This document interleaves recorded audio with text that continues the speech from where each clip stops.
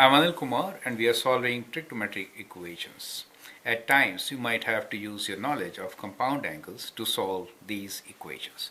The question here is sin x times cosecant x plus sin x equals to cos square x, where x is from minus pi to plus pi, both included. Now let us rewrite the question and expand the left side, which is sin x times cosecant x plus sin x equals to cos square x. So cosecant x is 1 over sin x. Let me rewrite this. So it should be written as 1 over sin x plus sin x, okay, equals to cos square x. Now let's expand it. So sin x times 1 over sin x will give me 1. So I got 1 plus sin square x equals to cos square x, right?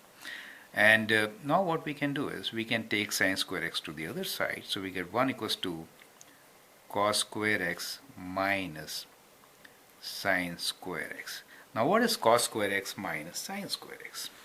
Well, those of you who have done compound angles will know that this is equal to cos of 2x, right?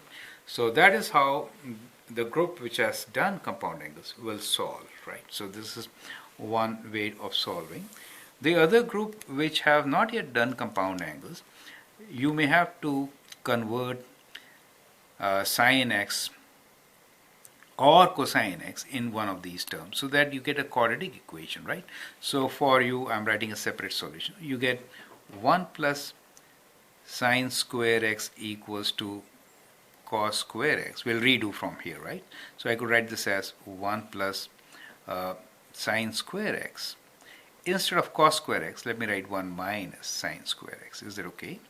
Now bringing them together and one to the other side, what we get here is 2 sin square x is equals to 1 minus 1 as 0. You get the idea? So from here we get sin square x is equal to 0. So those are the solutions when you do in this fashion, correct? And from here, you know, the value of x when it is 0 is, if you draw this graph of sin x, I always sketch the graph so that you can visually see when is sin x 0. I know most of you know the answer. It is 0, pi and 2 pi, correct? Well, if the interval is as given to you, so we have the values between minus pi to 2 pi. So basically you're looking into a graph which is kind of like this. So from minus pi to pi, these are the three values. Is that okay? So we get our solution, which is sin x equals to 0. That means x is equals to minus pi, 0, or pi, right? In the given domain, which is from minus pi to pi. Is that okay? So that becomes the solution for most of you, right? I want to still work on this cos 2x equals to 1 to give you an idea how to solve an equation like this, right? Now, when we have cos 2x equals to 1, then we'll modify the domain. So the domain given to us is between x is between minus pi and plus pi. How about 2x? So we have to multiply them by 2. So we get minus 2 pi to plus 2 pi. You get the idea? Now cos is 1 for which position? So we can sketch the cosine function, which is, so we'll have two waves, right? So let me just sketch here. Let us say that is the cosine function, and cosine function starts with the maximum, correct? So what we have here is, let us say it's just cos of theta, right? So cos is 1 at these two positions, which is 0 and 2 pi, correct?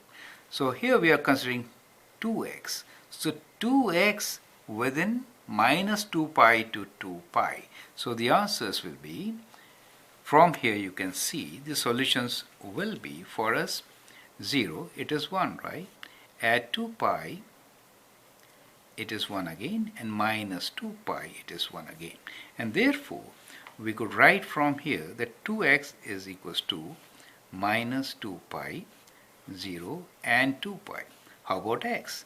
X will be, you got to divide them by 2. So when you divide them by 2, you get minus pi, 0 and pi. So exactly the same answer. Perfect. So these are two different ways of doing it, right? So alternate method. I should say this alternate method is a preferred method for you. Okay, this is preferred, right? But this is using compound angle. This is using compound angles. Well, at times we may restrict the question. In that case, you may have to use this, but that is a preferred method, right? I hope you understand and appreciate the concept. Thank you and all the best.